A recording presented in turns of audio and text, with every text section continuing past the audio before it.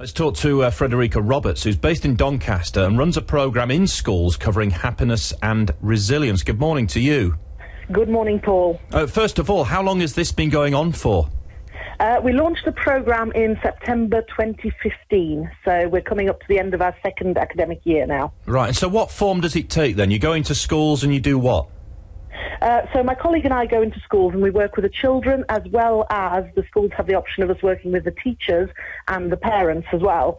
And we cover aspects through lots of fun workshops. We work primarily in primary schools, though not only. But we do a series of workshops and we cover issues such as how to bring gratitude into your life, being grateful for even the little things, you know, which is something that has been shown scientifically to be really powerful in terms of improving mental health. Things like kindness, including self-kindness. We can be our own worst enemies, can't we? And we start that in childhood. You do badly in a test and you beat yourself over the head and you think you're rubbish at that subject forever and ever, rather than looking at how would you talk to your best friend about that issue. We do laughter yoga with them, so showing them how they can laugh even when things perhaps in life aren't very funny at the time, and how you can use the power and the release of laughter even when things are really miserable around you. We teach them very simple mindfulness and meditation techniques, the importance of positive emotions in life, because again there's been a lot of research that if you can trigger a lot of positive emotions, then it builds your resilience, it broadens your outlook and your perspectives in life, and it can even undo the effects of some of the negative experiences that you have. We look at the character strengths that they have, because again if you use your character strengths well, then not only can it improve your happiness and your well-being, but it improves relationships, which again then improves happiness as well. And there's lots of other aspects to it. It runs for about 9 to 11 weeks, and as I said, we do workshops with the teachers as well, not just to support the teachers, support the children, but because it's the good old oxygen mask metaphor. You know, teachers are under so much pressure, and you've touched on that already in the programme this morning, and if they're not coping, then how are we expecting them to support our children? So the teachers themselves need that support, and of course we like to work with the parents as well, because as you've already said, children need to feel that they can talk to their parents, and there needs to be an understanding within their families. There's no point doing the work in isolation with the children if they go home sometimes to really dire circumstances and their parents don't know how to look after their own well-being, never mind their children's well-being. What reaction have you had from teachers to when you've gone into schools? No teacher on this planet is going to turn their back on that kind of education, as it were, but do you get a sense that they do feel a lack of support?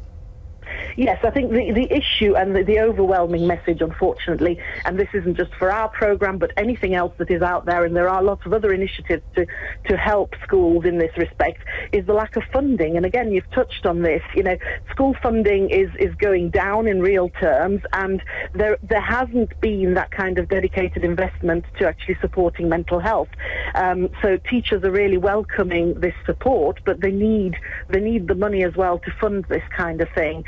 Because it's not just about funding the very much needed, mental health nurses or counsellors in schools, all the funding that supports helping children at the end where there is already a mental health issue. But actually, isn't it much better to put the funding in at the preventative end, so that you can build children's resilience, build their well-being, so that hopefully they don't encounter these mental health issues when they face inevitable hurdles, etc. in life. And even bereavement, as your previous caller said, you know, bereavement is a horrible thing to happen to anyone, let alone a child. And it is perfectly normal to feel awful through that period, but what it shouldn't do is to affect your mental health long term. We should be able to support children to cope with what is a normal grieving process without it actually impacting on the rest of their lives in terms of their well-being if it's not being supported properly. And do you think, Frederika, that kids are suffering more these days, or is it just the case that we're talking about mental health issues more these days? I think there is certainly a bit of a case that we're recognising certain things more as being a mental health issue. So, you know, anxiety, stress, even sort of functional depression, which previously maybe would have been overlooked. But I don't think we should just use that as an excuse to minimise what's happening, because I do think children face a lot more pressures than they used to. You've already touched on SATs and testing, and you know, that is a huge pressure on children, and how that is managed and whether it should be happening at all is a whole other debate. But seriously, they are facing serious issues from that in terms of the stress they're feeling from it, but also, you know, the impact of social media. Now, bullying has always existed, but social media has made it so much more pervasive. Yeah. And on top of that, social media anyway makes the whole world of media and news more accessible to children. So very young children are aware of much more than they used to be of what's happening in the world, and scary things happening in the world that become part of their world and form part of what they worry about, because most children, especially at an early age, are very actually socially conscious and very caring. They haven't been hardened to anything.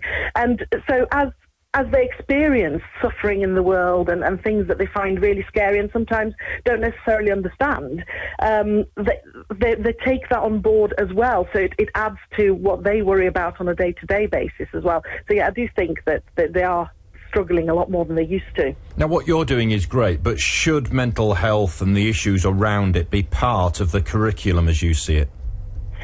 I think so, and in an ideal world, you know, I'm doing myself out of a job here, but in an ideal world, people like me and my colleagues should not need to go into school separately. It should be part and parcel of what schools do. And I'm in no way criticising schools and teachers because they're doing an amazing job, but the way that the system is set up, the way that the national curriculum is set up is simply not fit for that purpose, for actually educating the whole child and looking after their mental health. Now, my colleague and I have actually started an online survey. We haven't had that many responses yet, just under 100. But asking exactly that, you know, should schools actually be helping children develop mental health? And so far, out of the responses we've had, 95% of people said that yes, they should, and 60% of people, very scarily, actually said that schools are not equipped to do this at the moment. So there is a massive gap there between what parents and teachers feel should be happening and what schools are equipped to be doing in reality. Interesting, thank you. That's Frederika Roberts there, who runs a programme in Doncaster, and they go into schools and they cover things like happiness and resilience. What do you think? How should we look after